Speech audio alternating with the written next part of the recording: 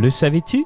Avec Podia, tu vas pouvoir créer une newsletter. Et cette option est incluse dans n'importe quelle version du produit de Podia.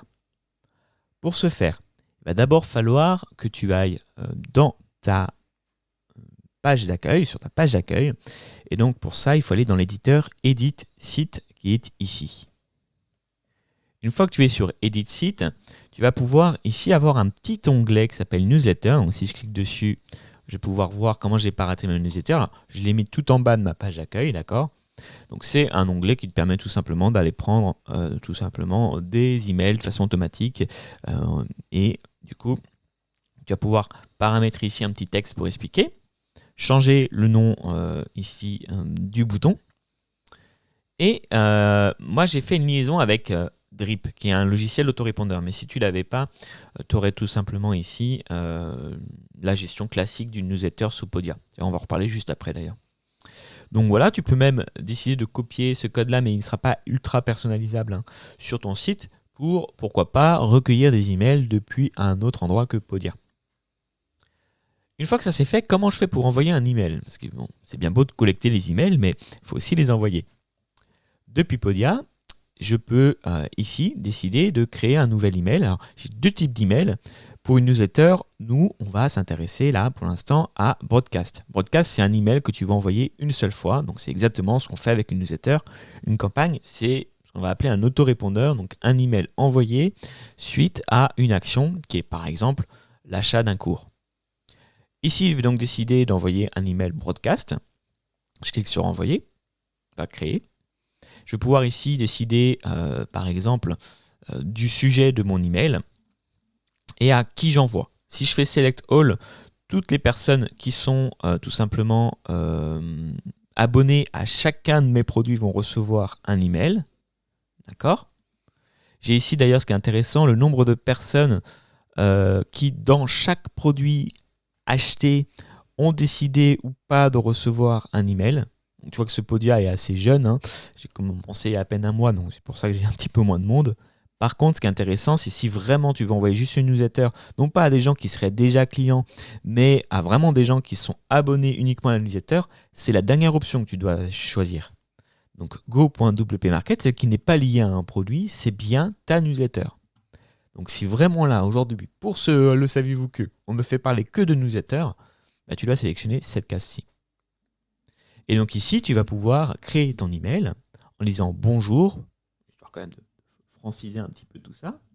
Ne change pas ici parce que ça, c'est une petite variable qui va permettre d'avoir le prénom. Alors si tu veux, tu peux l'enlever, mais moi je vais la garder. Donc ça fera bonjour Vincent par exemple. Ici, je te laisse taper ton email, ça, il n'y a pas grand-chose qui change. Si tu veux rajouter un prénom, tu as juste qu'à cliquer ici. Vincent, savais-tu que...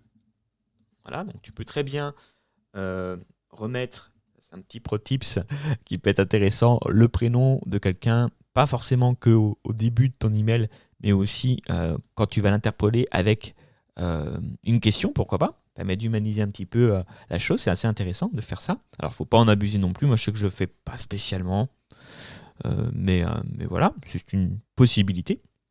Quelque chose d'intéressant quand même. Ici, tu peux, je dis intéressant parce que dans les autorépondeurs, c'est assez rare. Et ici, tu peux ajouter un fichier en pièce jointe. Ça peut être super intéressant, notamment si, par exemple, allez, deuxième pro tips, tu décides, pourquoi pas, d'avoir, tu as mis à jour ton cours, par exemple.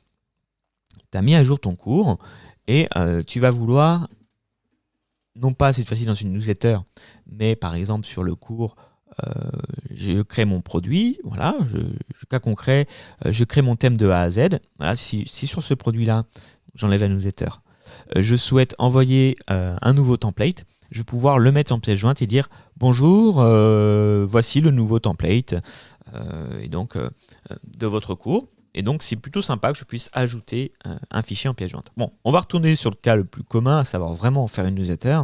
Je vais sélectionner ce produit. Je ne vais du coup pas forcément mettre de pièce jointe, mais je voulais t'en parler parce que c'était intéressant. Et je peux assez basiquement soit prévisualiser mon email.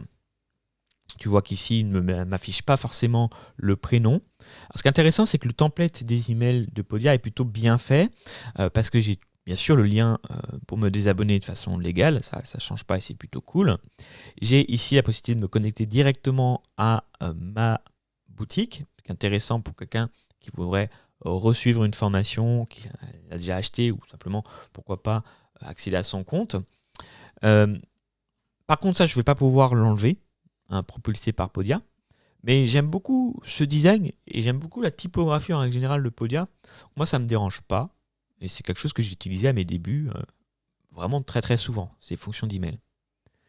D'autant que ce qui est plutôt sympa, c'est que tu as maintenant un petit peu plus d'options. Je ne pourrais pas te les montrer parce que ça fait longtemps que j'ai pu envoyer d'emails avec Podia, mais maintenant tu as des statistiques une fois qu'un email est parti. Simplement, même si elles sont assez basiques, tu sais combien de gens l'ont reçu, combien de gens ont cliqué. Même si tu n'as pas le détail, comme sur un autorépondeur, de tel clic sur tel lien, par exemple. Mais tu sais globalement combien de personnes ont cliqué et ont ouvert ton email. Tu peux décider de finir cet email pour plus tard, de le revoir et l'envoyer tout de suite, ou de le programmer pour une date ultérieure.